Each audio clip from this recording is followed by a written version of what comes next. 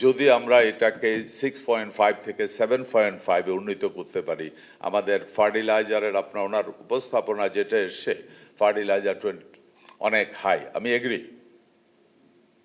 শুধুমাত্র এই মাটির অম্লতাটা যদি আমরা ঠিক করতে পারি 27 থেকে 30%, 23 থেকে 30% ফার্টিলাইজারের কনজাম্পশন আমাদের ড্রপ করবে। So we're going to save a lot of money from the fertilizer. এমনি করে বিভিন্ন ধরনের প্রজেক্ট আমরা হাতে নিচ্ছি না, কাজ শুরু করতে যাচ্ছি ইমিডিয়েটলি। আমরা 4 মাস বয়স।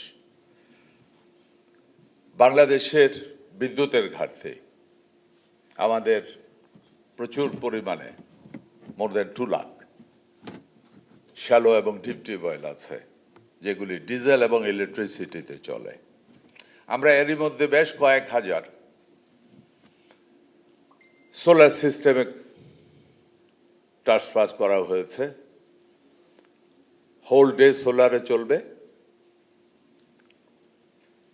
রাতের বেলা যদি প্রয়োজন হয় ইলেকট্রিসিটি কনজিউম করবে, এবং 3 মাস 4 মাস আমাদের সিজন থাকে, ওই সময়টুকু আমরা ব্যবহার করব। বাকি সময়টুকু আমরা বরঞ্চ ওই সোলার থেকে আমরা সরকারকে সাপ্লাই করতে পারবো, কারণ এত প্রোডাকশন কন্টিনিউ করবে। সো এই ধরনের বাস্তবমুখী কিছু আমরা পদক্ষেপ নিয়েছি।